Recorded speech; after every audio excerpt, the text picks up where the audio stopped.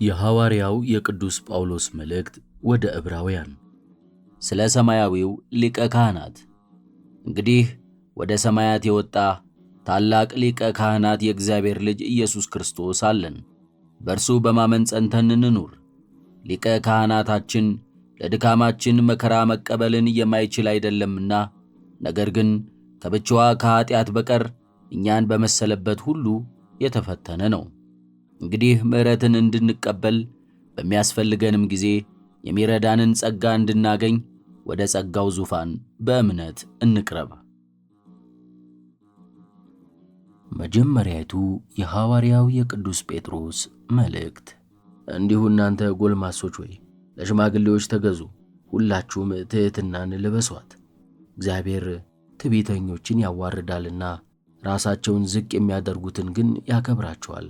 ራስን ዝቅ ስለማድረግ እንግዲህ በጎበኟችሁ ጊዜ ከፍ ከፍ ያደርጋችሁ ዘንድ ከጸናችሁ ከእግዚአብሔር ክንድ በታች ራሳችሁን አዋርዱ። እርሱ ስለ እናንተ ያስባልና የሚያስጨንቃችሁን ሁሉ በእርሱ ላይ ጣሉት። እንግዲህ አዋቂዎች ሁኑ፣ ትጉም።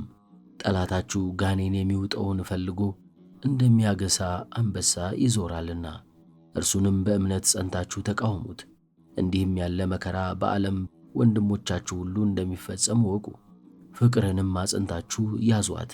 በኢየሱስ ክርስቶስ ወደ ዘላለም ክብሩ የጠራችሁ የጸጋ ሁሉ አምላክ ለጥቂት ጊዜ መከራን ከተቀበላችሁ በኋላ ፍጹማን ያደርጋችኋል፣ ያጸናችኋል፣ ልባሞችም ያደርጓችኋል።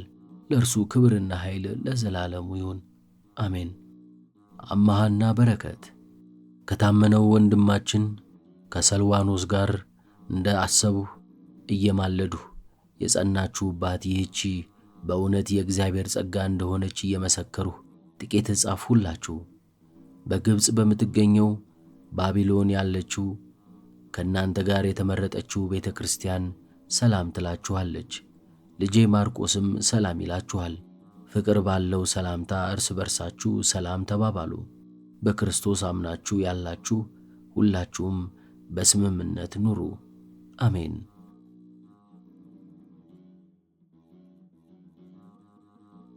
የሐዋርያት ሥራ። ይህም ከተፈጸመ በኋላ ጳውሎስ በመቄዶንያና በአካይያ በኩል አልፎ ወደ ኢየሩሳሌም ሊሄድ በልቡ አሰበ። እዚያም ከደረስኩ በኋላ ሮሜን ላያት ይገባኛል አለ። ከሚያገለግሉትም ሁለቱን ጢሞቴዎስንና አርስጦስን ወደ መቄዶንያ ላከ። እርሱ ራሱ ጳውሎስ ግን ብዙ ቀን በእስያ ተቀመጠ። በኤፌሶን ስለተደረገው ሁከት። በዚያም ወራት ስለዚህ ትምህርት ብዙ ሁከት ሆነ። በዚያም ብር ሰሪ የሆነ ዲሜጥሮስ የሚባል አንድ ሰው ነበር። ለአርጤምስም ከብር የቤተ መቅደስ ምስል ይሠራ ነበር። አንጥረኞችንም እያሰራ ብዙ ገንዘብ ይሰጣቸው ነበር። አንጥረኞችንና ይህን የመሰለውን ሥራ የሚሠሩትንም ሁሉ ሰብስቦ እንዲህ አላቸው፣ እናንተ ሰዎች ሆይ ጥቅም የምናገኘው በዚህ ሥራችን እንደሆነ እናንተ ታውቃላችሁ። አሁን ግን እንደምታዩትና እንደምትሰሙት ይህ ጳውሎስ ኤፌሶንን ብቻ ሳይሆን መላውን እስያን አሳተ፣ ብዙ ሕዝብንም መለሰ። በሰው እጅ የሚሠሩትንም ሁሉ አማልክት አይደሉም አላቸው።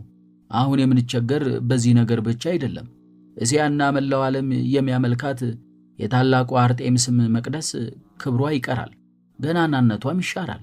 ይህንንም በሰሙ ጊዜ ተቆጡና ድምፃቸውን ከፍ አድርገው የኤፌሶን አርጤምስ ክብሯ ታላቅ ነው አሉ። ከተማውም ሁሉ ታወከ። የመቄዶንያ ሰዎች የጳውሎስን ወዳጆች ጋዮስንና አርስጥሮኮስንም ከእነርሱ ጋር እየጎተቱ በአንድነት ወደ ጨዋታው ቦታ ሮጡ። ጳውሎስም ወደ አሕዛብ መካከል ሊገባ ወዶ ነበር፣ ነገር ግን ደቀ መዛሙርት ከለከሉት። ከእስያም የሆኑ ታላላቆች ወዳጆቹ ወደ ጨዋታው ቦታ እንዳይገባ ልከው ማለዱት። በዚያም በጨዋታው ቦታ የነበሩ ሰዎች እየጮኹ ቆዩ። በሌላም ቋንቋ የሚጮኹ ነበሩ።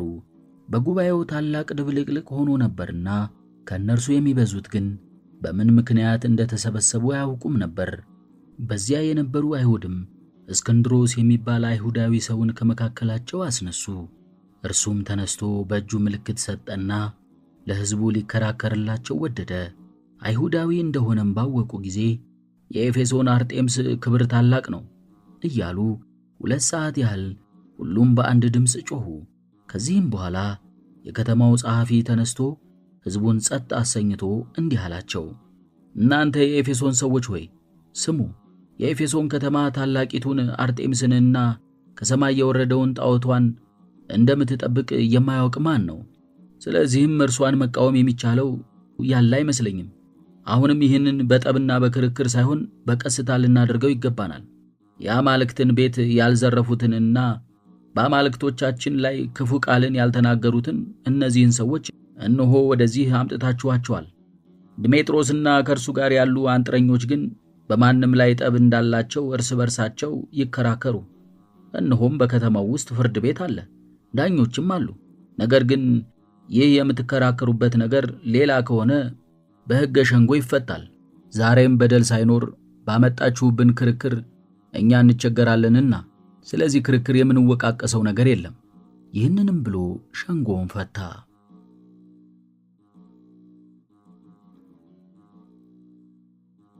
የማቴዎስ ወንጌል 40 ቀንና 40 ሌሊትም ጾመ።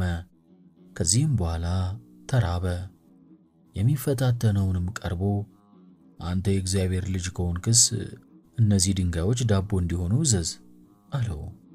ጌታችን ኢየሱስም መልሶ ሰው የሚኖረው ከእግዚአብሔር አፍ በሚወጣው ቃል ሁሉ እንጂ በእንጀራ ብቻ እንዳይደለ ተጽፏል አለው። ከዚህም በኋላ ዲያብሎስ ወደ ቅድስት ከተማ ወስዶ በቤተ መቅደሱ ጫፍ ላይ አቆመው። አንተ በእውነት የእግዚአብሔር ልጅ ከሆንክስ ከዚህ መር ብለህ ወደ ታች ውረድ፣ ይጠብቁ ዘንድ ስለ አንተ መላእክቱን ያዝልሃል፣ እግርህም በድንጋይ እንዳትሰነካከል በእጆቻቸው ያነሱልሃል ተብሎ ተጽፏልና አለው። ጌታችን ኢየሱስም መልሶ አምላክህ እግዚአብሔርን አትፈታተነው ተብሎ ደግሞ ተጽፏል አለው። ከዚህም በኋላ ዲያብሎስ እጅግ ረዥም ወደሆነ ተራራ አውጥቶ የዓለምን ሁሉ መንግሥታት ክብራቸውንም ሁሉ አሳየው።